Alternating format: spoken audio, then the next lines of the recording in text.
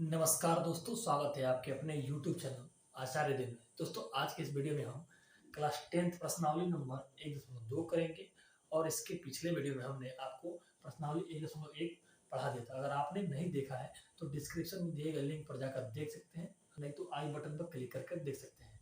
यानी कि आपको शुरुआत से मैथ पढ़ना हो तो चलिए बिना देरी करते आज 1.2 एक्सरसाइज प्रारंभ करते हैं। देखिए, जो कि दोस्तों अगर बात करें 1.2 की तो सबसे पहले आपको इसमें एक कंडीशन है कि आपको विभाज्यता का नियम, यानी कि आपको विभाज्यता का नियम पता होना चाहिए कि जो संख्या अगर दी गई हो, चाहे जितना भी बड़ा अंक हो, अगर मान लीजिए अंक अगर दी दी कि ये आपका मान लीजिए अगर अंक है तो ये कौन सी संख्या से पूर्णतः विभाजित होगी, यानी कि बिना भाग दिए हुए कौन सी संख्या से पूर्णतः विभाजित होगी।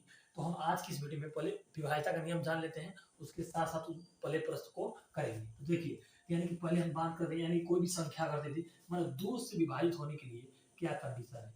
2 से विभाज्यता का नियम, विभाज्यता का नियम। देखिए, अगर कोई भी अंक हो जिसके लास्ट यानी इकाई के अंक की बात करें, यानी कि अगर 2 से विभाजित होने के लिए क्या कंडीशन है कि इकाई का अंक, यानी कि इकाई मतलब लास्ट यूनिट का इकाई का अंक हमेशा 0, 2, 4, 6, 8, यानी कि कोई भी संख्या हो, चाहे जितनी भी बड़ी संख्या हो, अगर ले लीजिए, अगर आपको इकाई का अंक इनमें से अगर कोई एक हो तो वह संख्या 2 से पूर्णतः विभाजित होगी। तो इकाई का अंक इन पांचों में से कोई एक होगी तो वह संख्या 2 से विभाजित हो जाएगी। इकाई का मतलब यानी लास्ट के डिजिट वाला, कि इकाई का अंक अगर पांचों में से कोई एक हो तो वह संख्या 2 से पूर्णतः विभाजित हो जाएगी। तो ये होगी 2 से विभाजित होने वाली की कंडीशन। उसी तरह आपको दे कि 3 से विभाज्यता का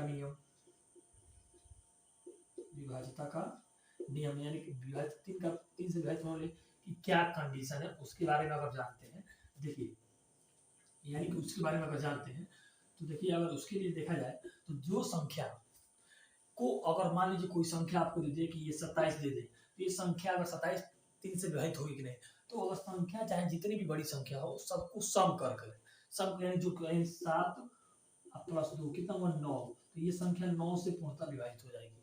तो यानी कि 3 से 9 पूर्णतः विभाजित हो जाए, चाहे जितनी भी बड़ी संख्या दे दे, अगर मान लीजिए दे 3, 5, 4, 7, 6, यानी कि अगर देखें कि ये संख्या 3 से पूर्णतः विभाजित हो कि नहीं, इस सबसे पहले क्या करेंगे, सभी संख्याओं को सम करेंगे। तो 5, 3, 8, 8, 4, 12, 12, 6, 18, 18, 7, 18, 7 होगा 26, तो 26, 6 और 2, फिर जुड़िएगा 6 और प्लस 2 कितना होगा 8 होगा, यानी कि वो संख्या, ये संख्या 3 से विभाजित नहीं होगी। यानी चाहे जितनी भी बड़ी संख्या दे दे और संख्या को जोड़कर वो संख्या 3 से विभाजित होती है तो वो संख्या 3 से विभाजित होगी। लेकिन अगर वह सम यानी जोड़ करके संख्या को अगर डिवाइड करते हैं 3 से तो वो संख्या नहीं करती है, तो वो संख्या 3 से विभाजित नहीं होगी। तो विभाज्यता का नियम क्या है 3 से, कि जितनी भी संख्या दी गई है उनको यूनिटी को आपस में 1 by 1 करके जोड़ते हैं और जोड़ कर 3 से विभाजित करते हैं तो 3 से विभाजित होगी, और नहीं घटेगी तो 3 से विभाजित नहीं होगी। तो ये रही 3 से विभाज्यता का नियम। अब बात करते हैं 4 से विभाज्यता का नियम। 4 से विभाज्यता का नियम, तो देखिए, 4 से विभाजित होने की क्या कंडीशन है कि अगर कोई भी संख्या हो, चाहे अगर इतनी बड़ी संख्या हो, चाहे 4 से विभाजित होने वाली ये लास्ट के कोई भी संख्या हो, उसके लास्ट के 2 डिजिट 4 से अगर कटते हैं, यानी कि अंतिम के 2 डिजिट अगर 4 से विभाजित होती है तो वह संख्या 4 से विभाजित होगी। अगर 4 के लास्ट के 2 डिजिट अगर 4 से विभाजित नहीं होगी तो वह संख्या 4 से विभाजित नहीं होगी, चाहे वो जितनी भी बड़ी संख्या हो। अगर मान लीजिए फोनी नंबर किसी का अगर हो, अगर ले लेते हैं, तो ये अगर बात करें 4 से अगर 72 लास्ट में अगर 72 की बात करें तो अगर 4 से विभाजित होगी तो वह संख्या पूर्णतः 4 से विभाजित होगी। लेकिन अगर ये दोनों 4 से अगर नहीं कटेगा तो वो संख्या 4 से विभाजित नहीं होगा। लेकिन अगर उसी तरफ बात करें 5 से विभाज्यता का नियम, यानी कि 5 से विभाज्यता का नियम क्या है, तो देखिए विभाज्यता का नियम क्या नियम, यानी जिसके लास्ट के डिजिट यानी लास्ट यूनिट अगर इकाई का अंक अगर 0 और 5 होता है तो वह संख्या चाहे जितनी भी बड़ी हो, वह संख्या जिसके लास्ट के इकाई का अंक अगर 0 में से चाहे 5 में से दोनों में से कोई अगर एक हो तो वह संख्या 5 से पूर्णतः विभाजित हो जाएगी। तो देखिए विभाजित होगी, तो 5 से विभाजित होने के लिए क्या करनी चाहिए, जिसके लास्ट यूनिट इकाई 0 और 5 हो। और 3 से 4 से विभाजित होने के लिए क्या नियम है, जिसके इकाई के 2 अंक, इकाई और दहाई के दोनों अंक अगर 4 से विभाजित होते हैं तो वह 4 से विभाजित होगा। 3 से विभाजित का नियम क्या है कि अगर सभी संख्याओं को सम करके अगर 3 से विभाजिता होती है तो वह संख्या पूर्णतः 3 से विभाजित होगी। और उसी तरह अगर 2 से विभाजिता का नियम क्या है, यानी कि जिसकी इकाई का अंक अगर 2, 4, 6, 8 इनमें से अगर कोई में से अगर 5 में से अगर कोई एक हो तो वह संख्या 2 से पूर्णतः विभाजित हो जाएगी। तो ये आपको तो यहाँ तक तो कंफर्म हो गया कि विभाजिता का नियम क्या है। कि अब बात करते हैं इसमें 6 से पूर्णतः विभाजित होने के लिए क्या कंडीशन है। देखिए मैंने इस पर एक टॉपिक पर वीडियो बनाया है और वो टॉपिक काफ़ी लंबा है, यानी कि 17-20 मिनट का है। मैंने आपको कम समय में पूरा एग्जाम्पल के साथ मैं बनाने का पूरा प्रयास करूंगा। देखिए यानी कि आप अगर बोले 6 से विभाजकता का नियम क्या है,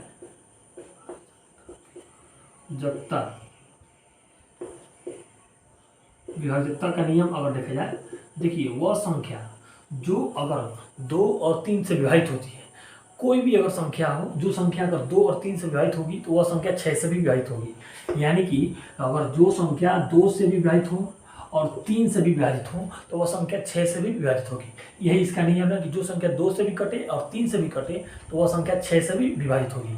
अब बात करते हैं 7 से विभाजित होने की, 7 से विभाजकता का नियम।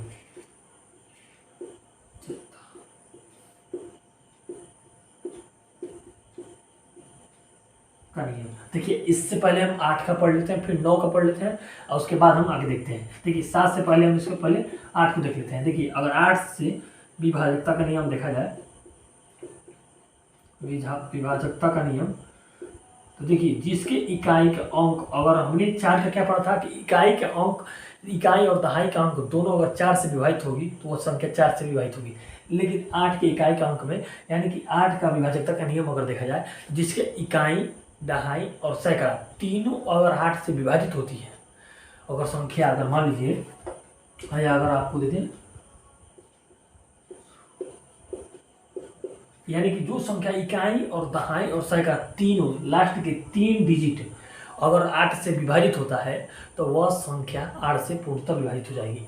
और 9 के लिए क्या कंडीशन है, 9 के विभाजकता का नियम देखा जाए तो 9 में सभी संख्याओं को सम कर, जैसे हमने 3 का किया था कि 3 में जितनी भी संख्याएं होंगी आपस में सम करके उनको 3 से विभाजित करेंगे, अगर कटे तो वह 3 से विभाजित होगी, अगर ना कटे तो वह 3 से विभाजित नहीं होगी। उसी तरह 9 से विभाजकता का यही नियम है कि जो संख्याओं को सम करके 9 से डिविजिबल अगर भाग देते हैं, अगर कटता है तो वह 9 से विभाज्य हो गया और नहीं कटेगा तो 9 से विभाजकता नहीं होगा। 7 से विभाजकता का नियम, देखिए 7 से विभाजकता का नियम यही है कि अगर दहाई का अंक, यानी कि इकाई और दहाई का अंक का 3 गुना करके उसको सम करें यानी जोड़ें तो वह संख्या 7 से विभाजित हो जाएगी। यानी कि अगर मान लेते हैं कोई संख्या ले लेते हैं, जैसे देख लीजिए मान लीजिए हम अगर ले लेते हैं 84 7 से विभाजित होगा कि नहीं, तो हमने कहा क्या कि दहाई के अंक का 3 गुना, यानी कि इकाई दहाई के अंक का 3 गुना प्लस सम करेंगे वो संख्या 7 से विभाजित हो जाएगी। यानी कि इसको कर देते हैं तो ये हो गया इकाई और ये हो गया दहाई मतलब 8 गुणे 3 गुना 3 और प्लस क्या हो जाएगा 4, 8 तरीके 24 और प्लस क्या हो जाएगा 4, यानी कि हो जाएगा 28। तो ये संख्या क्या हो जाएगी 7 से विभाजित हो जाएगी। यानी कोई भी अगर संख्या हो उसके दहाई का अंक का 3 गुना करके और सबको सम करेंगे तो वो संख्या 7 से विभाजित हो जाएगी। तो ये रहा 7 से विभाजित होने के लिए कंडीशन। और मैंने आपको बता दिया और 10 से विभाजित होने के लिए क्या कंडीशन है, यानी जिसके लास्ट में 0 हो वह संख्या 10 से विभाजित हो जाएगी। तो जिसके इकाई का अंक अगर 0 हो तो वह संख्या क्या होगी 10 से विभाजित होगी। तो दोस्तों आपको कितने कम समय में आपको मैंने विभाजकता का नियम कम समय में आपको बता दिया कि कोई भी कितनी भी बड़ी संख्याएं होगी आपको देखकर बता सकते हैं कि वो संख्या कौन सी संख्या से पूर्णतः विभाजित होगी। तो चलिए दोस्तों नॉन स्टॉप न्यूज पर मैंने आपको एक्सरसाइज 1.2 पर चलते हैं बिना देरी करते हुए, और उस पर जो प्रश्न बनते हैं आपको एकदम एक देख कर ही बता सकते हैं कि आपके पास उसमें क्या करना है, विभाजकता की कौन सी संख्या किससे कटेगी उसके बारे में देख लेते हैं। इसी तरह प्रश्न पर चलते हैं। कह रहा है कि प्रश्न की निम्नलिखित संख्याओं को अभाज्य गुणनखंडों के रूप के गुणनफल के रूप में व्यक्त कीजिए। अभाज्य गुणनखंड, यानी अभाज्य गुणनखंड का मतलब क्या होता है कि अभाज्य संख्या हो, जैसे कि अगर माने कि अभाज्य संख्या की बात करें, यानी कि वह संख्या जो स्वयं से और एक से विभाजित हो। यानी कि अगर बात करें, यानी अभाज्य संख्या वो क्या होती है कि अभाज्य संख्या की बात करें, यानी कि अभाज्य संख्या आपको भी बता दें, आपको भी पता होगा, लेकिन मैं सबको लेकर चलना है। देखिए अभाज्य संख्या की बात करें, दो संख्या स्वयं से और एक से डिविजिबल हो जाए, यानी कि 2, 3, 5, 7, 9 सॉरी 11, 13, 17, यानी कि वह संख्याएं जो स्वयं से डिविजिबल हो और एक से विभाजित होती हैं। यानी कि अपने से भी और एक से, यानी बस दो ही संख्या से क्या होती है, वह स्वयं संख्या से और क्या एक से विभाजित होती है। बाकी वो किसी संख्या से विभाजित नहीं होगी, वह संख्या क्या होती है, अभाज्य संख्या होती है। अब भाज्य संख्या मतलब क्या होगी, यानी कि भाज्य संख्या मतलब क्या होती है, जैसे कि वह संख्या है जो स्वयं से भी विभाजित हो और अन्य किसी संख्याओं से भी विभाजित हो। जैसे मान लीजिए अगर ले लेते हैं, इसमें अगर 4 ले लेते हैं तो 4 किससे कटेगा, तो 4 2 से कटेगा, फिर 4 स्वयं से कटेगा और 4 फिर किससे, एक से कटेगा। तो वह संख्या एक से नहीं, अपने से भी नहीं, और संख्या अन्य से भी विभाजित होगी, यानी कि खुद से भी विभाजित होता है और अन्य भी संख्याओं से पूर्णतः विभाजित होती है। तो वह संख्या क्या होगी, भाज्य संख्या होगी। अभाज्य संख्या क्या होती है, वह संख्या जो स्वयं से और एक से डिविजिबल होती है, वह संख्या अभाज्य संख्या होती है। तो एक अभाज्य गुणनखंडों से गुणनफल को व्यक्त कीजिए। देखिए तो अगर बात करते हैं, यानी कि पहला ले लेते सवाल है, यानी कि 140, यानी कि 140 है, यानी कि पहला सवाल में 140 अभाज्य गुणनखंड। अगर हम इसका एलसीएम निकालते हैं, गुणनखंड मतलब होता है आपका कि इनको फैक्टर में बदलिए, एलसीएम। तो देखिए 140, तो अगर भाग देते हैं कितने कटेगा, यानी कि हमने बताया था कि जिसके लास्ट यानी यूनिट की इकाई 0 हो तो 5 भी कट सकता है, और किससे कटेगा, 2 से भी कट सकता है। तो पहले हम छोटी संख्या से विभाजित मतलब अभाज्य गुणनखंड का मतलब होता है कि पहले हम छोटी संख्या से विभाजित का नियम प्रारंभ करें। तो पहले 2 से देखें, तो 2 7 दूनी 14 70, और फिर 2 यानी कि कितना बचा, 2 3 6 35, फिर बात करते हैं, यानी कि ये होगा, यानी कि 2 से नहीं कटेगा, यानी कि लास्ट में कितना 5 है, तो यानी कितने कटेगा, तो 5 से कट सकता है, यानी कि 5 7 35, यानी बचा 7, ये 7 से कटेगा। यानी कि बात करें, यानी कि गुणनखंड के कारण यानी एलसीएम कितना होगा, एलसीएम हुआ 2 गुणे 5 गुणे 7, तो मल्टीप्लाई करेगा, 2 दूनी 4, 4 5 20, फिर 7 दूनी 14, यानी कि 140। देखिए आपको तो मल्टीप्लाई करना आता होगा कि यानी कि कोई भी संख्या हो एलसीएम का, यानी 2 दूनी 4, 4 5 20, 20 यानी 7 दूनी 14, 140 हुआ। इसका एलसीएम कितना हुआ, यानी 2 गुणे 5 गुणे 7 हो जाएगा। अब इसी तरह चलते हैं दूसरी संख्या पर, यानी कि 156 हो गया। तो देखिए आप सबको उतारते रहिएगा, जिससे आपको बनाने में भी कोई, अगर बनाते हैं दोबारा तो आपको आसानी होगी।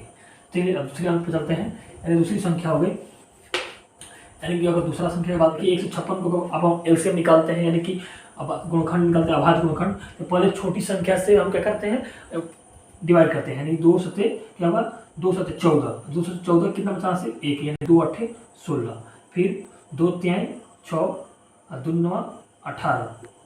आप तो निकालना आपको आता ही होगा। देखिए आपका करीब भाग दीजिए इसमें, यानी कि अब किसे 13 3 39, 13 से कटेगा, जिसके लास्ट में यानी कि 9 से भाग दें, 9 3 12, यानी कि 9 और 3 12, 3 से भी कट सकता है। देखिए 3 से भी कट, पहले हम 3 से काटते हैं, तो 3 एकम 3 और 3 तरीका 9, 3 तरीका 9। अब कितना, फिर 13 से कटेगा, तो 13 जो क्या है अभाज्य संख्या है, तो अभाज्य संख्या किससे कटेगा, अपने से कटेगा, स्वयं एक से कटेगा, तो उसको क्या लिखेंगे, 1 हो जाएगा।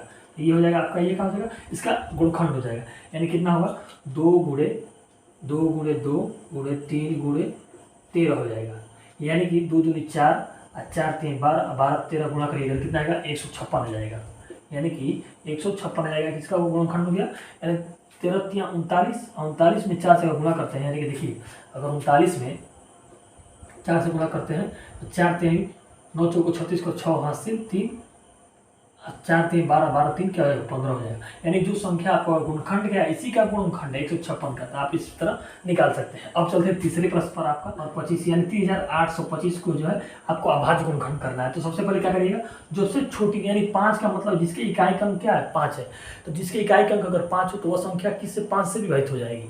तो अगर हम क्या करें, पहले अगर 3 से अगर विभाजित होती है तो पहले हमने बताया कि आपको छोटी अभाज्य संख्या लेना है, जिससे आपको मल्टीप्लाई करने में आसानी होगी। देखिए बड़ी संख्या भी ले सकते हैं, लेकिन आपको मल्टीप्लाई करने में काफ़ी समय लग सकता है। तो पहले हम छोटी अभाज्य संख्या लेंगे। देखिए पहले इसको देखते हैं 3 से विभाजित होगी या नहीं। तो 5 2 7, 7 8 15, 15 3 18, यानी कि ये विभाजित होगी। तो 3 से देखते हैं, तो 3 एकम 3, यहाँ कितना बचा, 3 दूनी 6, यहाँ बचा कितना 2, तो 3 7 21, यहाँ कितना बचा 1 बचा, 3 5 15। अब बात करते हैं, इसको देख लेते हैं, यानी कि 7 5 12, अब 12 और 3 2 1 3 12 3 15, यानी 3 से भी ये भी विभाजित होगी, यानी कि 3 चौको 12, ये कितना बचा यहाँ पर 3 दूनी 6, कितना बचा 3 5 15। अब देखते हैं 5 4 9, 5 2 7, 7 4 11, ये 3 से विभाजित नहीं होगी। अब ये सब कटेगी संख्या किससे, 5 से विभाजित होगी, यानी कि 5 5 8 40, कितना बचा 2, और कितना बचा 50 25।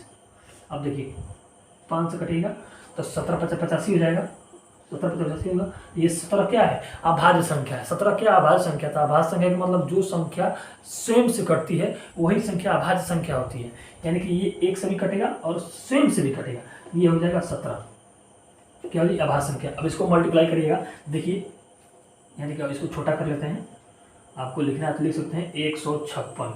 अब इसी तरह के 3 3 का 9, 9 5 45, अब 45 बच्चे की बात करें तो 50 25, अब 5 चौको 20, 20 2 22, यानी 225।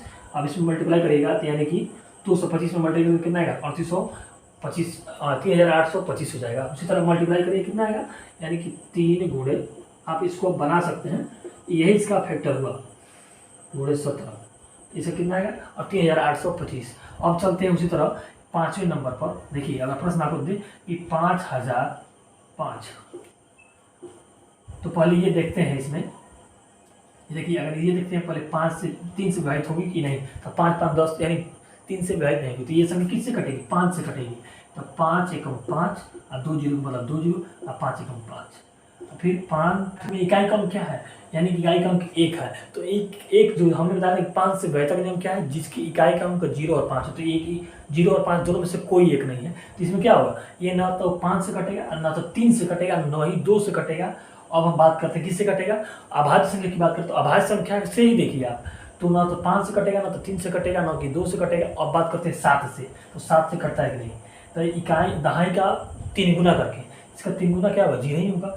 और फिर इसमें क्या करेंगे, जोड़ेंगे तो कितना 1 हो जाएगा। फिर देखते हैं 7 से कटता है कि नहीं, यानी कि 7 एकम 7 बचा 3, ये 3 होगा, 7 चौको 28, बचा कितना हासिल बचा 2, और 7 तरीका 21 ये हुआ, यानी कि ये संख्या क्या होगी 7 से विभाजित हो जाएगी। अब बात करते हैं ये देखिए 4 3 7 7 1 8, फिर देखते हैं 7 से कटेगा कि नहीं, यानी कि इकाई दहाई का अंक, इकाई और दहाई का अंक 3 गुना करके क्या करना है, यानी कि दहाई का 3 गुना और सम करेंगे, तो 4 3 12 12 3 15 16 नहीं हो रहा है। अब बात करते हैं फिर अभाज्य गुणखंड, यानी कोई और अभाज्य संख्या देखते हैं, न कि भाज्य संख्या। तो 7 के बाद क्या है 11 है, तो अगर 11 से देखते हैं, यानी कि 11 से देखें तो 11 एकम 11 बजा 3, 11 3 33, देखिए 11 एकम 11, 11 3 कितना 33 हुआ, यानी कि यह 13 से विभाजित हो जाएगा। 13 11 मल्टीप्लाई करके कितना आएगा 143 आ जाएगा। तो 13 एक अभाज्य संख्या है पहले से, तो क्या करेंगे 13 इसका आ जाएगा। अब इसको भाग गुणा करिए कितना आएगा 5 7 35, 35 अगर इसको मल्टीप्लाई करिएगा, आपस में मल्टीप्लाई करिएगा तो ये संख्या क्या आ जाएगी 5005 आ सकती है। हम मल्टीप्लाई कर सकते हैं, लेकिन वीडियो ज़्यादा लंबा हो सकता है, आपको मल्टीप्लाई कम से कम आपको आता होगा। तो देखिए अब चलते हैं अगले प्रश्न पर, को 74 और 29, यानी 7429 यानी संख्या है ये। आपको क्या करना है, इसका एलसीएम निकालना है। तो सबसे पहले क्या करेंगे, तो देखिए 9 है, तो 9 2 से विभाजित नहीं होंगे, यानी 2 के कंडीशन क्या है, 2 से विभाजित का नियम क्या है, यानी 0 4 6 8 हो, तो इसमें नहीं 2 से नहीं कटेगा। 3 से देखते हैं, 3 से अगर मल्टी जोड़ते हैं तो 9 और 2 11, 11 4 15, 15 7 कितना 22, तो वो संख्या 22 निकल रहा है ना। तो 22 अगर देखिएगा 22 प्लस 2 यानी कि 22 से निकला है, 2 2 4 और 3 से विभाजित हो गई नहीं होगी। अब बात करते हैं 5 से, तब 5 से विभाजक नियम क्या है 0 और 5 नहीं कटेगा। अब बात करते हैं 7 से, तो देखिए 7 एकम 7 7 से 42 नहीं कटेगा, तभी नहीं 7 से नहीं कटेगा। अब बात करते हैं 11 से, देखिए 11 छक 66 और कितना 6 11 22 11 44, फिर 11 से भी नहीं कटेगा। अब बात करते हैं किससे, 13 से भी देख लेते, 13 से कटेगा कि नहीं, यानी 13 13 चौक 52, 13 पच्चे 65, 13 छक 78, 13 पच्चे 65, कितना बचा यहाँ पर 9 बचा, और बचा यहाँ पर 2, 13 छक 78 से 91, एक बचा, और कितना बचा यहाँ पर 19 बचा। 13 से भी विभाज्यता नहीं होगी। अब बात करते हैं कि 13 15 हो गया, 15 भी नहीं। अब बात करते हैं 17 से, देखिए 17 से कटेगा कि नहीं, तो 17 34 77 51, 17 चौको 68, 17 85, 17 चौको 68, कितना बचा 6 बचा, यानी कि 62 हुआ। तो 17 चौको 68 यानी कि कम हो रहा है, यानी कि अब बात करें 17 3 51, 51 इससे 10 हो रहा है, यानी कि 17 17 119, यानी हाँ देखिए 17 से पूर्णतः क्या हो जाएगी, विभाजित हो जाएगी, यानी कि 17 17 चौको 68, कितना बचा यहाँ पर, फिर 17 3 51 3, और 17 17 119। अब बात करते हैं फिर 17, देखिए अब किससे विभाजित होगी, यानी कि अब बात करते हैं तो 17 से नहीं कटेगा, यानी कि अब 17 34 से 51, 34 है 10 9 9, फिर 17 फिर नहीं कटेगा। अब बात करते हैं इससे बड़ी संख्या कौन सी अभाज्य संख्या होगी, यानी कि 19, तो 19 की दोनों 38, 38, कितना बचा यहाँ पर 8 8 5 57, देखिए 19 से विभाजित हो जाएगी, यानी कि 19 दूनी 38, 19 57, या 23 आपको पता है कि 23 क्या है, विभाज्य संख्या, यानी कि अभाज्य संख्या है, यानी इसका गुणनखंड देखा जाए कितना होगा, 17 गुणे 19 गुणे क्या हो जाएगा 23। तो अगर आप तीनों संख्या को आपस में मल्टीप्लाई करेंगे तो कौन संख्या हो जाएगा, 7,429 संख्या आपको क्या हो जाएगी, प्राप्त हो जाएगी। तो ये रहा आपका इसका एलसीएम, यानी 17 गुणे 19 गुणे क्या हो जाएगा 23 हो जाएगा।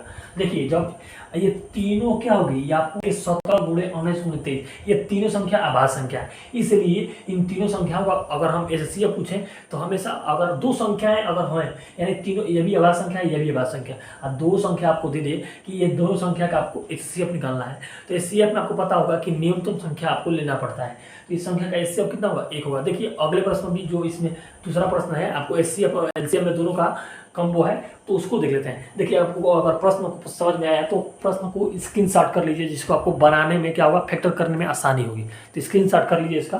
फिर चलते हैं दूसरे प्रश्न पर।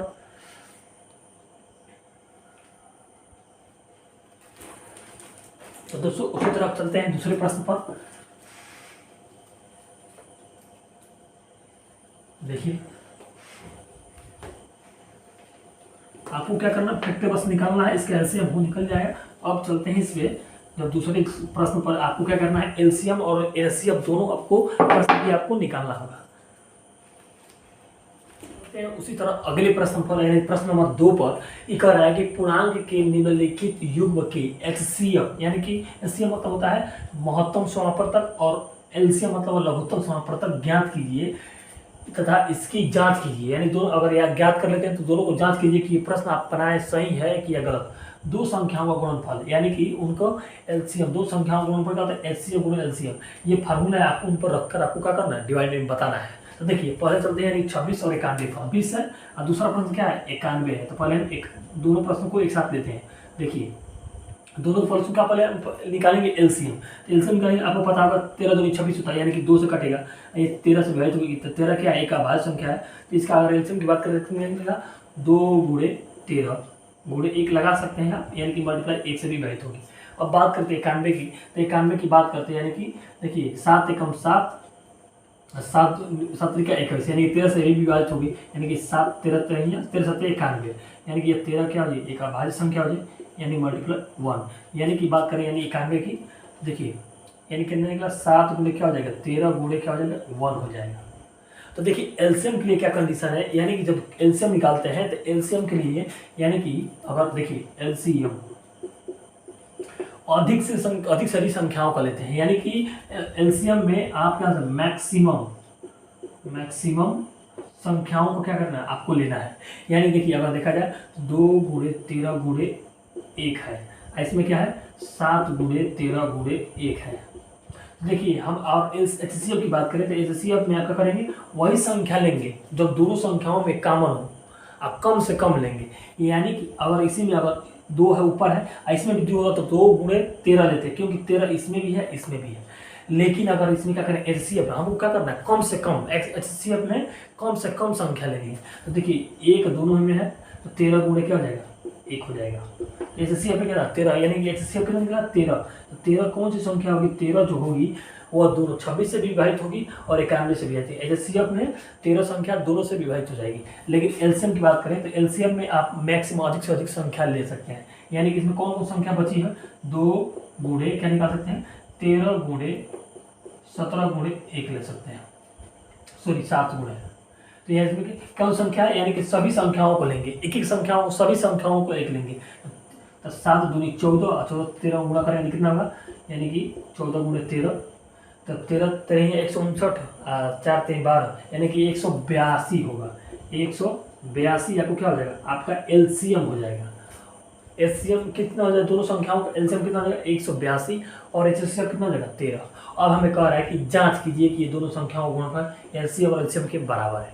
तो देखिए अगर हम जांच करते हैं, तो अगर जांच करें आप इसको, तो जांच किसे करिए, यानी कि जांच इसमें क्या होता है, दोनों संख्याओं का गुणनफल, यानी कि प्रथम संख्या और द्वितीय संख्या, यानी कि प्रथम संख्या और द्वितीय संख्या, यानी कि 26 गुणे, यानी कि देखिए प्रथम संख्या गुणे द्वितीय संख्या बराबर कितना है, एलसीएम गुणे एचसीएफ, यानी कि एचसीएफ गुणे क्या हो जाएगा, एलसीएम हो जाएगा आपका।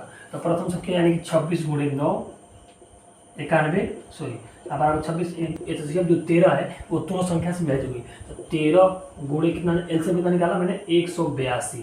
तो दोनों संख्याओं को मल्टीप्लाई किया, यानी कि आरएचएस बराबर क्या हो, एलएचएस होना चाहिए, तभी आपका जांच सक्सेसफुल रहेगा, नहीं तो नहीं रहेगा। वो प्रश्न इस सवाल ही आपने गलत बनाया होगा। तो 26 मल्टीप्लाई करते हैं तो आपका कितना आएगा 2366, यानी कितना आएगा 2366 दोनों संख्याओं को। तो आप मल्टीप्लाई कर सकते हैं, क्योंकि मैंने करके रखा हुआ है, क्योंकि टाइम ज़्यादा लग सकता है इसलिए मैंने क्या करके रखा हुआ है। तो आप कर सकते हैं। तो इन दोनों को जब संख्याओं को विभाजित करिएगा कितना आएगा 26 गुणे 91 2366 और 13 गुणे 182 आएगा 2366। तो दोनों आपको जांच कर सकते हैं कि दोनों संख्या क्या हुआ, आरएचएस बराबर एलएचएस निकल सकता है। तो आप भी प्रश्न को देखकर स्क्रीनशॉट ले सकते हैं और बना भी सकते हैं। अब चलते हैं दूसरे प्रश्न पर। 10 और दूसरा अंक क्या है 92 है। देखिए अब इसको करते हैं, यानी कि जिसके इकाई का अंक 0 हो वो 2 से विभाजित हो सकती है, 5 से विभाजित हो सकती है। तो पहले हम क्या करेंगे, छोटी संख्या से विभाजित करेंगे। तो 2 दूनी 4 कितना बचा 10, यानी 2 5 10, यानी कि आपको संख्या क्या है 255 हो गई। अब इसको 5 से विभाजित हो, क्योंकि इकाई का अंक कितना है 5 हो गया, तो 5 से विभाजित होंगे, यानी कि 5 5 25 और 5 एकम 5। अब बात करते देखिए 17 3 51, यानी कि 17 से कटेगा, आपको पता ही होगा कि 17 3 51, यानी कि देखिए 17 17 3 51, यानी कि अब कटेगा 3 से। अब इसका एलसीएम कितना निकला, यानी कि अब देखो बात करते हैं 92 का, यानी कि 3 12 हो जाएगा। अब देखो देखिए 23 दूनी 46 होता है, आपको पता ही होगा, यानी कि 23 एकम 23 हो गया। अब इसका एलसीएम की बात करें, यानी कि 510 का, यानी कि 510 बराबर इसका गुणनखंड कितना निकला, यानी 2 गुणे 5 गुणे 7 गुणे क्या निकला 3 निकला, 17 गुणे 3, गुणे क्या हो जाएगा 1 लिखिए या न लिखिए। देखिए अब बात करते हैं 92 की, तो 92 का गुणनखंड निकला 2 गुणे 23 गुणे क्या हो जाएगा 1 निकला। तो एलसीएम एचसीएफ के लिए हमने क्या बताया था कि 2 आता है कि मिनिमम दोनों संख्याओं में मिनिमम यानी न्यूनतम होना चाहिए, दोनों में संख्याओं में कम से कम होना चाहिए। तो दोनों संख्या में कौन है 5 है, तो 5 इसमें नहीं है, 2 है, दोनों संख्याओं में 2 है, यानी 2 और क्या है 1 है। जो दोनों जो संख्याएं हैं 1 और 2 दोनों जो कॉमन मिलती है कौन सी संख्या है, दोनों कम संख्या कौन सी 2 गुणे क्या हो जाएगी 1 हो जाएगी। 2 मैंने क्यों लिया कि दोनों संख्याओं में क्या है कॉमन है और कम है, और 1 जो है दोनों संख्या में उपलब्ध है। अब एलसीएम की बात करें तो एलसीएम में जो संख्या बच गया हो, तो यानी जो संख्या इसमें 2 भी बचा है, तो 2 गुणे क्या हो जाएगा 5 गुणे, अब 3 गुणे 23 गुणे 17 हो जाएगा। यानी कि अगर इसको मल्टीप्लाई करें तो देखिए, तो यानी कि 17 5 गुणे 3 गुणे 23 गुणे 17 हो जाएगा। अब इसको मल्टीप्लाई करिएगा देखिए, तो 5 दूनी 10 30 और 30 17 51, यानी कितना निकला 510 निकला। यानी कि अगर मल्टीप्लाई करते कितना होगा, तो 510 और गुणे कितना हो जाएगा 23 हो जाएगा। तो 23 से मल्टीप्लाई करेंगे कितना आएगा, तो आप मल्टीप्लाई करेंगे तो आएगा कितना 23,460। इससे मल्टीप्लाई कितना आएगा 23,460 हो जाएगा। यानी कि दोनों संख्याओं को मल्टीप्लाई करेंगे कितना आएगा 23,460। यानी कि एलसीएम की बात करें 23,460 और एचसीएफ कितना निकला 2 निकला, सिर्फ 2 निकला। अब हम इसे क्या करना है, जांच करना है। तो जब जांच करेंगे आप तो क्या करेंगे, दो संख्याओं का गुणनफल गुणे एचसीएफ गुणे एलसीएम हो जाएगा। तो दोनों संख्याओं का गुणनफल कितना है, यानी कि 510 गुणे 92, यानी 510 गुणे 92 बराबर एलसीएम कितना निकला 2 गुणे कितना 23,460। तो हम मल्टीप्लाई करिएगा कितना आएगा, आप आए करेंगे तो आएगा 46,920। इस दोनों को भी मल्टीप्लाई करिएगा कितना आएगा 46,920। यानी संख्या आपको क्या होगी, RHS बराबर LHS, दो संख्या क्या होगी प्राप्त हो गए। तो यानी कि ये जांच हमारा क्या निकला, सही निकला। तो आप क्या करेंगे, प्रथम संख्या गुणे द्वितीय संख्या बराबर एलसीएम गुणे एलसीएम, आप इन दोनों का जांच कर सकते हैं, यानी कि दोनों प्रश्न सही है। तो आप स्क्रीनशॉट भी ले सकते हैं इसको। अब चलते हैं 336, ये आपका पहला प्रश्न, ये आपका दूसरा। इसमें देखिए अब इन दोनों को अगर हम एलसीएम निकालते हैं, देखिए निकालते हैं तो 2 से कटेगा तो 2 एकम 2, 2 छक्के 12 और 2 अट्ठे 16, 2 अट्ठे 16 और 2 चौको 8, 2 चौको 8 और 2 दूनी 4, यानी बात करें कितना 21, यानी कि 7 त्रिका 21, यानी 3 बचा, ये निकला 1 निकला। अब हम बात करते हैं 54 का। देखिए 2 से कटेगा 27 दूनी 54 होता है। अब इसमें 3 से कटेगा तो 9, फिर 3, फिर 3, 3, ये इसका क्या हुआ गुणनखंड निकला। अब इसको हम हल करते हैं तो यानी कि 336 बराबर क्या 2 गुणे 2 गुणे 2, यानी कि 7 गुणे 3, यानी 2 गुणे 2 गुणे 2 गुणे 2, 7 गुणे क्या हो जाएगा 3 हो जाएगा। अगर उसी तरह बात करें 54 का तो 54 कितना निकला 2 गुणे 3 गुणे 3 गुणे 3 निकला। अब हमने एल समापवर्तक की बात करें तो देखिए इससे अब मतलब क्या होता है कि दोनों में जो कॉमन हो कम से कम हो। तो देखिए दोनों का कौन से कॉमन है, यानी 3 भी इसमें भी है और 3 नीचे भी है और 2 ऊपर भी है और 2 नीचे भी है। बस 2 ही संख्या लेंगे और कोई तो कॉमन मिल नहीं रहा है, यानी कि 7 भी नहीं है इसमें और 2 ऊपर है 2 नीचे भी है, 3 ऊपर है 3 नीचे भी है, लेकिन 7 दोनों में नहीं थे। क्या लिखेंगे 2 गुणे 3, इसका एसएफ यानी कितना हुआ 6 हो गया। लेकिन अगर एलसीएम की बात करें एलसीएम की तो एलसीएम में हमें बताया था जितने भी दो जितने हैं अधिक से अधिक संख्या आपको लेना है, यानी कि 1 2 3 4, यानी कितने अगर 2 के पावर कितने कर सकते हैं 2 के पावर हम 4 भी ले सकते हैं, यानी कि नीचे भी है और ऊपर भी है। तो अधिक से अधिक संख्या लेंगे तो 2 के पावर क्या हो जाएगा 4 हो जाएगा, यानी कि 2 गुणे 2 गुणे 2 गुणे 4 बार ले सकते हैं। तो हम 4 लिख दिए। अब 3 देखिए तो क्या होगा, यानी कि अगर 3 गुणे 3 गुणे 3, यानी 3 की क्या होगा अधिक से अधिक कौन सी संख्या 3 बार है, यानी 3 गुणे 3, यानी 3 के पावर क्या हो जाएगा 3 हो जाएगा। अब 7 एक के लिए बच रहा तो उसको भी ले लेंगे, यानी कि 7 हो जाएगा। तो 2 के पावर अगर 2 दूनी 4 दूनी 8 दूनी 16 हो जाएगा, यानी कि 16 और 3 तरीका 9 27 हो जाएगा, 27 गुणे क्या हो जाएगा 7 हो जाएगा। अब इसको मल्टीप्लाई करिएगा तो आप आएगा 1224, यानी कि 3024 का जांच करने के लिए आएगा प्रथम गुणे द्वितीय संख्याओं, प्रथम गुणे द्वितीय बराबर एलसीएम गुणे एलसीएम।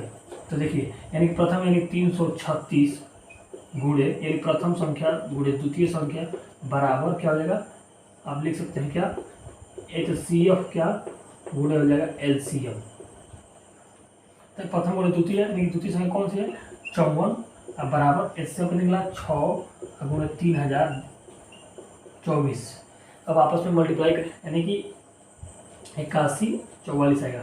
आप मल्टीप्लाई कर सकते हैं, देखिए क्योंकि टाइम ज़्यादा लग सकता है इसलिए मैंने क्या मल्टीप्लाई करके रखा हुआ है। देखिए 8144 हो जाएगा। तो इसका अगर मल्टीप्लाई आप दोनों का जांच करें तो दोनों संख्या क्या होगी आपस में बराबर होगी, यानी कि RHS बराबर क्या होगा LHS हो गया। तो ये आपको क्या हुआ दो संख्याओं का पूर्णतः विभाजित हो गया। तो आप स्क्रीनशॉट भी इसको भी ले लीजिए क्योंकि इसको बनाने में भी आपको आसानी हो जाएगी। चलिए अब चलते हैं अगले प्रश्न पर। अगर वीडियो पसंद आए तो वीडियो को लाइक करिएगा।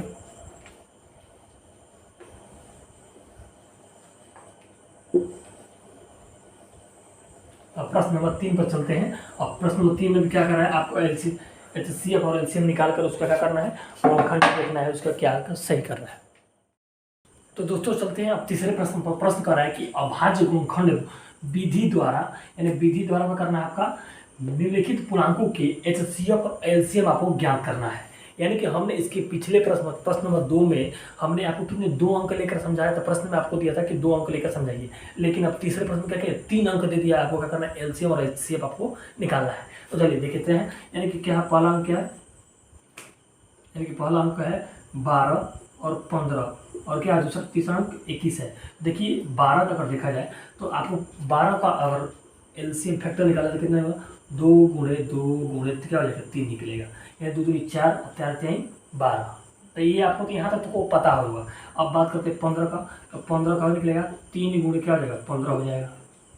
अब बात करें 21 का, तो देखिए अगर आप एलसीएम निकालें तो काफ़ी समय लग सकता है। देखिए तो 3 सत्ते 21 7 तरीका 21। तो अगर करना है उसका हमें एचसीएफ निकालना है और एलसीएम भी निकालना है। तो एलसीएम के लिए क्या करिएगा आपको पता होगा एचसीएफ के लिए कि एचसीएफ जो सबसे कम हो, यानी कि एलसीएम में सब तीनों संख्याओं में जो कॉमन हो और कम हो। तो देखिए तो तीनों संख्याओं में क्या है, पहली संख्या में 2, तो 2 इसमें नहीं है, तीसरे में नहीं है, तो 3 जो है तीनों संख्याओं में उपलब्ध है। तो क्या हो जाएगा 3 जो है इसका एचसीएफ हो जाएगा, क्योंकि 3 जो संख्याएं हैं तीनों संख्याओं से पूर्णतः विभाजित हो जाएगी। 4 3 12 3 5 15 3 7 21। तो एचसीएफ क्या होगा 3 हो गया। अब हम बात करते हैं एलसीएम की। तो एलसीएम को देखा जाए तो देखिए एलसीएम में क्या होगा कि सभी संख्याओं को एक साथ ले लेते हैं। देखिए 2 गुणे 2, अब बचा कितना 3 गुणे 5 हो जाएगा। अब इसमें 3 हम ले ही चुके हैं, अब कितना बचेगा यानी कि 7 हो गया। यानी कि सभी संख्याओं को एक साथ हम 2 दूनी 4 3 12 और 12 25 क्या हो जाएगा 60 और 60 7 6 42 कितना निकला 420 निकल, यानी कि उसका क्या होगा एलसीएम होगा। यानी तीनों संख्याओं का अगर एलसीएम देखा जाए कितना होगा 420 होगा। तो दोस्तों चलते हैं अब दूसरे प्रश्न पर। देखिए दूसरे प्रश्न में क्या करा है, ये तीनों संख्याएं आपको दिख रहा होगा कि ये अभाज्य संख्या है। चलिए हम इसको भी निकाल के क्या करते हैं बताते हैं आपको। तो 17 का अगर मल्टीपल यानी खंड निकालते हैं कितना निकला 17 गुणे क्या हो जाएगा 1 हो जाएगा। उसी तरह 23 का निकालते हैं तो 23 का निकालिएगा तो 23 गुणे क्या हो जाएगा 1 हो जाएगा। और उसी तरह अगर 29 का निकालिएगा तो 29 गुणे क्या हो जाएगा 29 गुणे क्या हो जाएगा 9 हो जाएगा। यानी कि 29 का निकालिएगा तो क्या हो जाएगा 29 गुणे 9 हो जाएगा। तो ये आपको पता है कि ये तो तीनों संख्या क्या होगी अभाज्य संख्या है। यानी कि तीनों संख्या जब अभाज्य है, तो जब अभाज्य है तो जो तीनों संख्या में जो कॉमन होगा वही ना आपका एचसीएफ होगा। एचसीएफ की बात करें तो एचसीएफ आपका क्या हो जाएगा 1 हो जाएगा। तो जो 1 होगा ये तीनों संख्या से क्या होगा पूर्णतः विभाजित हो जाएगी। अगर एलसीएफ की बात करें, एलसीएम में जब तीनों संख्या का फैक्टर आपस में नहीं मिल रहा है तो तीनों संख्या का क्या करेंगे आपस में मल्टीप्लाई करेंगे। तो क्या करेंगे इनका गुणनखंड आपका एलसीएम निकल जाएगा, एलसीएम निकल जाएगा। तो आप कर सकते हैं मल्टीपल, क्योंकि मल्टीपल करेंगे तो काफ़ी समय लग सकता है। तो एलसीएम में आपको क्या करना है तीनों संख्या जब अभाज्य है तो इनका एलसीएम मल्टीपल कर सकते हैं, तो इसका एलसीएम निकल सकता है। और जो तीनों का फैक्टर अगर अलग अलग है तो एक कॉमन हो रहा है तो क्या करेंगे एचसीएफ इसका 1 होगा। उसी तरह आपको उलझाने के लिए जो तीसरा प्रश्न दे दिया है, यानी कि 8 का फैक्टर दे रहे हैं तो 2 गुणे 2 हो जाएगा। और 9 का देखिएगा तो 9 गुणे 3 गुणे क्या हो जाएगा 3, यानी 3 देगा। अब 25 का देखिएगा कितना होगा 5 गुणे 5। तो देखिए अगर ये आपको क्या करिए, ये आपको उलझाने के लिए प्रश्न दिया है कि 8 गुणे 9, ये तो मैंने आपने निकाल लिया कि जब तीनों संख्या क्या होगी अभाज्य होगी तो उनका एचसीएफ फिक्स है कि आपका 1 होगा। और इसका एलसीएम आपको तीनों संख्याओं को क्या करना मल्टीप्लाई करने का, तब आपका क्या निकलेगा एलसीएम निकलेगा। लेकिन ये आपको उलझाने के लिए दे दिया है। देखिए ये आपको क्या अभाज्य संख्या तीनों है, तो जब तीनों संख्या है तीनों संख्या में कोई आपको कॉमन नहीं मिलता है तो जब क्या करेंगे इसका एचसीएफ कितना होगा, एचसीएफ कितना निकला 1 होगा। एचसीएफ कितना निकला 1 निकला। लेकिन अगर एलसीएम की बात करें तो एलसीएम क्या करेगा आप तीनों संख्याओं को क्या करिए मल्टीप्लाई करिएगा तो उसका एलसीएम निकल जाएगा। देखिए ये आपको तो एलसीएम आपका निकल जाएगा। वेक्टर में कोई संख्या आपको कॉमन नहीं मिलता है तो उसका क्या करते हैं एलसीएम कितना होता है 1 हो जाएगा। तो जिसका इसका एलसीएम कितना होगा 1 हो जाएगा। देखिए रात को अभी 12 बज रहा है, 11:30 हो रहा है, इसलिए कीड़े लग रहे हैं। चलिए कोई बात नहीं। अब इसका एलसीएम कितना हो जाएगा 1 हो जाएगा। लेकिन अगर एलसीएम की बात करें तो जब तीनों संख्या में कोई इनका फैक्टर में कॉमन नहीं मिलता है तो संख्या तीनों को क्या करें आपस में मल्टीप्लाई करेगा तो इनका क्या एलसीएम निकल जाएगा। तो आशा करता हूँ आपको ये पूरा डायग्राम समझ में आया होगा। तो देखिए वीडियो अगर अच्छा लगा तो वीडियो को जरूर थम्स अप करें, अपने दोस्तों के साथ भी शेयर करें। जो चैनल पर नए हैं चैनल को जरूर सब्सक्राइब और लाइक करें। तो दोस्तों अब चलते हैं अगले प्रश्न पर। आप स्क्रीनशॉट लेकर इनका डायग्राम देख सकते हैं। अब चलते हैं तीसरे प्रश्न, अगले प्रश्न पर।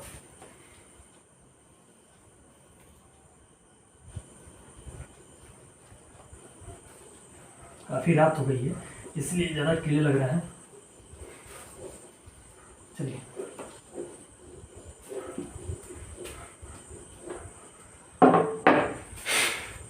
तो दोस्तों चलते हैं चौथे प्रश्न पर। प्रश्न आपको दिख रहा है कि HCF अगर इन दोनों में से कोई एक हो, यानी दोनों में से आप एक ले सकते हैं और उसमें जो पहली संख्या है क्या हो गया 9 हो गया और दूसरी संख्या ज्ञात करना है, यानी HCF LCM आप दोनों में से कोई एक ले सकते हैं, यानी कि आपको दी गया होगा। तो आपको क्या करना है LCM लिखता है, आपको फार्मूला मालूम होगा कि आपको जब दी गया दो संख्या दी गया हो और HCM LCM दी गया हो तो उसमें क्या करना है आपको एक संख्या ज्ञात करना होता है। तो पता होगा फार्मूला क्या होता है कि दो संख्याओं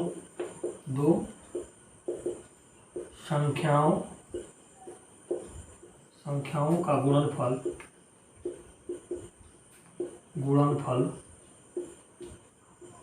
दो संख्याओं गुणनफल बराबर HCF गुणे क्या होता है LCM होता है। ये आपको क्या होता है फार्मूला होता है।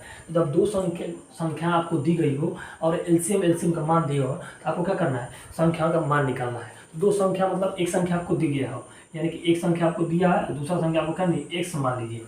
जब x मान लीजिए HCF को कितना दिया है इसमें दोनों से कोई आप एक लिख सकते हैं, यानी 306 ले लीजिए या 657 ले लीजिए, यानी कि क्या होगा 657 हो गया।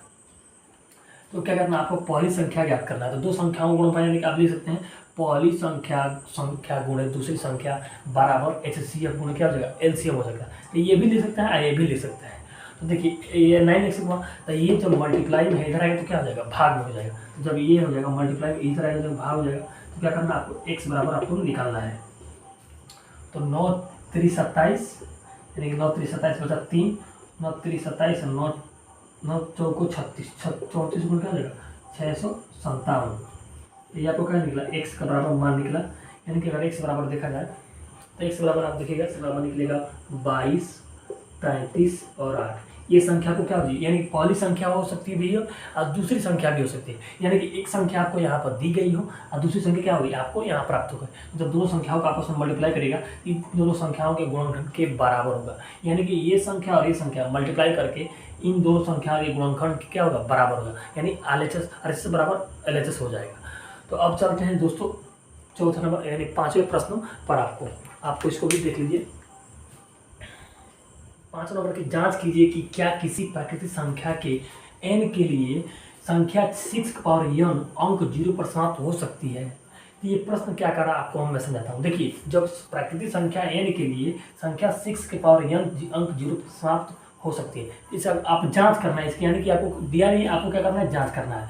देखिए अगर कोई भी संख्या 0 पर समाप्त होना चाहती है तो आभाज्य प्राकृतिक संख्या दिया हमने आभाज्य संख्या की बात करें तो अगर 0 पर समाप्त होना चाहती है तो उसे कम से कम आभाज्य संख्या कौन सी है जिसको हम मल्टीप्लाई करने पर 0 प्राप्त होगी। तो पहली आभाज्य संख्या सबसे छोटी आभाज्य संख्या क्या होगी 2 होगी, और उसके बाद 2 में कौन सी और संख्या अभाज्य संख्या से मल्टीप्लाई करेंगे कि वो 0 ला सकती है। तो 2 के और छोटी संख्या कौन सी होगी 5 होगी, यानी कि 2 और 5 कम से कम आपको होना चाहिए 2 अभाज्य संख्या जिसको आप 0 अंत में ला सकते हैं। तो लेकिन अगर 6 दे दिया है आपको दे सकता है 10 के पावर 10 के पावर n भी दे सकता है, 12 के पावर n भी दे सकता है, 16 के पावर n भी दे सकता है, लेकिन पर इसमें कौन दिया आपको 6n दिया है। तो जब हमने बताया कि 2 अभाज्य संख्या तो सबसे छोटी अभाज्य संख्या 2 है और उसके बाद जो छोटी आभाज्य संख्या आएगी जिसको हम मल्टीप्लाई करने पर 0 संख्या प्राप्त होती है, तो वह संख्या कम से कम आपको 2 और 5 आना ही आना चाहिए। तो देखिए 6 का पावर n है तो अगर 6 का अगर हम फैक्टर यानी गुणनखंड निकालें तो कितना निकला 2 गुणे 3। तो ये कभी भी 0 अंक संख्या प्राप्त हो सकती है नहीं, यानी कि और कार्य लिखेंगे प्राकृतिक संख्या n के लिए संख्या 6 का पावर n अंक 0 पर समाप्त नहीं हो सकती है। तो आप क्या लिखिएगा यानी कि किसी भी प्राकृतिक संख्या में n के लिए आप 6 की पावर n 0 संख्या प्राप्त नहीं यहाँ पर लिखिएगा नहीं हो सकती है। एग्जामिनेशन को आपको यहाँ पर लिखना पड़ेगा, जिससे क्या करेगा वह समझ सकता है कि आपका कहने का तात्पर्य क्या है। तो किसी भी प्राकृतिक संख्या में n के प्राप्त करने के लिए संख्या 6 का पावर n अंक 0 पर समाप्त नहीं हो सकती है। तो आप बना सकते हैं। अब चलते हैं प्रश्न नंबर 6 पर। कीजिए कि 7 गुणे 11 गुणे 13 गुणे प्लस 13 और 7 गुणे 6 गुणे 5 गुणे 4 गुणे 3 गुणे 2 गुणे 1 प्लस 5 भाज्य संख्या है तो क्यों है, यानी कि हमें सिद्ध करना है। तो देखिए अगर दे दे तो यहाँ करना है 7 गुणे 11 गुणे 13 गुणे प्लस 13 है। तो इसमें से आप क्या करिएगा, तो देखिए अगर भाज्य निकालना तो 13 क्या करिए कॉमन करिए इसमें से, तो जब 13 कॉमन करिएगा तो ये 7 गुणे क्या हो जाएगा 11, अगर 11 गुणे क्या हो जाएगा 1 प्लस हो जाएगा 13, सॉरी यहाँ पर क्या हो जाएगा 1 हो जाएगा, यहाँ पर भी 1 हो जाएगा। तो यहाँ इसमें मल्टीपल 7 11 7 77, यानी कि 13 गुणे देखिए 13 गुणे क्या हो जाएगा 77 77 एक क्या हो जाएगा या 78 हो जाएगा। तो 77 और गुणे 1 के मतलब कोई मतलब तो 13 गुणे क्या हो जाएगा 78 हो जाएगा। तो यानी कि आपको पता होगा कि कह रहा है कि हमें क्या करना है, इसका अभाज्य संख्या कहते हैं, यानी कि भाज्य संख्या है तो क्यों है। अगर बताइए कि अगर भाज्य संख्या है तो क्यों होता है। देखिए भाज्य संख्या के लिए आपको बताइए कि भाज्य संख्या का मान लीजिए अगर 4 है तो 4 का मल्टीपल कम से कम कितना होगा 2 से अधिक है, क्योंकि ये भाज्य संख्या है। तो भाज्य संख्या का मतलब क्या है 2 से जिसका अधिक है, ये कहाँ से कटेगा 1 से भी कटेगा, ये 2 से भी कटेगा, ये 4 से भी कटेगा। तो 2 से अधिक हो उसी को क्या कहते हैं भाज्य संख्या कहते हैं। तो इसमें जो क्या करेगा, इसमें 2 संख्या है तो एक अधिक क्या हो सकता है, एक भी हो सकता है। तो ये कौन सी जाएगी, जब गुणनखंड 2 से अधिक होता है तो वो क्या होती है भाज्य संख्या होती है। जब गुणनखंड इसी 2 से अधिक हो तो इसे अभाज्य संख्या। अगर इसी तरह देखा जाए अभाज्य संख्या का गुणनखंड कभी भी 2 होता है, यानी कि स्वयं संख्या होगा और 1 होगा। लेकिन भाज्य संख्या का गुणनखंड 2 से अधिक होता है तो उसी को हम क्या कहते हैं भाज्य संख्या बोलते हैं। तो इसका अगर 2 से अधिक फैक्टर है यानी 13 गुणे 78 गुणे 1 हो जाएगा। तो 2 से अधिक हो रहा है तो क्या हो जाएगी भाज्य संख्या हो जाएगी। अब इसी तरह देखते हैं 7 गुणे 6 गुणे 5 गुणे 4 गुणे 3 गुणे 2 गुणे 1 प्लस हो जाएगा 5। देखिए अब प्लस 5 में तो 5 इसमें से कॉमन करिएगा तो ये 7 गुणे 6 गुणे ये हो जाएगा यहाँ पर 1 मतलब 4 हो जाएगा गुणे 3 गुणे 2 गुणे 1 प्लस हो जाएगा। अब ये 5 के लिए 7 6 42 3 दूनी 6 और 6 चौको 24, यानी कि 42 गुणे क्या हो जाएगा 24 प्लस 1, ये क्या हो जाएगा मल्टीपल 5। अगर मल्टीपल करिएगा भाग गुणा करिएगा इसको आपस में, प्लस क्या हो जाएगा 9 सॉरी 1 मल्टीपल 5, तो यानी 1009 हो जाएगा। जब 1009 हो जाएगा तो 9 8 1 9 गुणे क्या हो जाएगा 5 और गुणे 1 लगा सकते हैं, क्योंकि अभाज्य संख्या किसे कहते हैं जो संख्या 2 बस उसका फैक्टर 2 से अधिक नहीं हो सकता उसको अभाज्य संख्या कहते हैं। लेकिन भाज्य संख्या का फैक्टर 2 से अधिक होता है। तो इसका 5 गुणे 1009 गुणे 5 गुणे 1 इसका फैक्टर कितना है 3 है, इसलिए क्या होना चाहिए ये भाज्य संख्या है। अब आपको पता हो सकेगा कि ये भाज्य संख्या क्यों है, क्योंकि फैक्टर इसका 2 से अधिक है इसीलिए ये भाज्य संख्या है। लेकिन अभाज्य संख्या में ऐसा कुछ नहीं होता है, क्योंकि अभाज्य संख्या उसे कहते हैं जिसका फैक्टर 2 ही अधिक से अधिक 2 होता है 3 नहीं होता है, तो इसलिए ये भाज्य संख्या है। अब चल के लास्ट प्रश्न पर लास्ट प्रश्न आपको स्क्रीन पर भी प्रश्न दिख रहा होगा कि कह रहा है कि इसमें कि किसी खेल के मैदान के चारों ओर एक वृत्ताकार पथ है, इस मैदान का एक चक्कर लगाने में सोनिया को 18 मिनट लगता है, जबकि इसी मैदान के एक चक्कर लगाने में रवि को 12 मिनट लगते हैं। तो मान लीजिए वो दोनों एक ही स्थान और एक ही समय से चलना प्रारंभ करें तो किस दिशा में चलते हैं, किसी एक दिशा में चलते हैं तो कितने समय बाद वह पुनः प्रारंभिक स्थान पर मिलेंगे। तो देखिए जब दोनों प्रश्न आपको दिख रहा होगा कि प्रश्न में कि जब सोनिया और चलते हैं जब एक ही गोल यानी जब चक्कर लगाते हैं किसी को, यानी कि मान लीजिए ये गोलाकार है, यानी कि मान लीजिए ये उनका फील्ड है और दोनों यानी यहाँ से प्रारंभ करते हैं और दोनों कभी चलता है आपसे रवि चलता है या सोनिया चलती है। जब दोनों चलते किसी को लगता है 12 मिनट, यानी कि लगता है इसको 12 मिनट, इसको लगता है कितना 18 मिनट। और जब इसको बोले यानी कि अगर आपको मैक्सिमम बोले यानी मैक्सिमम की बात करें तो क्या करना है आपको एचसीएफ निकालना है, और अगर न्यूनतम की बात करें यानी कम से कम कितने मिनट समय लगेगा तो आप क्या करेगा इसका एलसीएम निकालेगा। तो एलसीएम निकालते हैं तो कितना होगा 2 दूनी 2 यानी 6 3 18, यानी कि अगर 18 का निकालिए तो कितना निकलेगा ये 2 9 3 3 3 ये निकला। और उसी तरह अगर बात करते हैं 12 का तो अगर 12 का निकालिए तो कितना निकला 2 दूनी 4 3 12, एलसीएम इन दोनों का अगर एलसीएम देखा जाए तो एलसीएम निकालने के लिए आपको पता होगा कि दोनों संख्या में जो अधिक होगी, यानी कि एलसीएम यानी कि 2 गुणे 2 गुणे 3 गुणे क्या हो जाएगा, यानी कि 2 ये 2 ये, यानी 2 गुणे 3 और 3 गुणे 3 हो जाएगा। तो 2 दूनी 4, 3 12 3 36, यानी कि अगर बात करें तो 36 मिनट बाद हम दोनों सोनिया एक दूसरे के पास हो जाएंगे। तो दोस्तों आशा करता हूँ आपको वीडियो बहुत ही हेल्पफुल लगा होगा। तो दोस्तों पता ही होगा रात को 12 बज रहा होगा, यानी कि 12:10 हो रहा है। और किसी को लग रहा है कि मैं टाइम को बढ़ाया हुआ हूँ, तो वीडियो को पॉज करके उसको स्क्रीन को टच करके देखिए नीचे टाइम टेबल दिखा रहा होगा कितने तारीख को बना हुआ है और कितने बजे बन रहा है। मैं झूठ नहीं बोल रहा हूँ।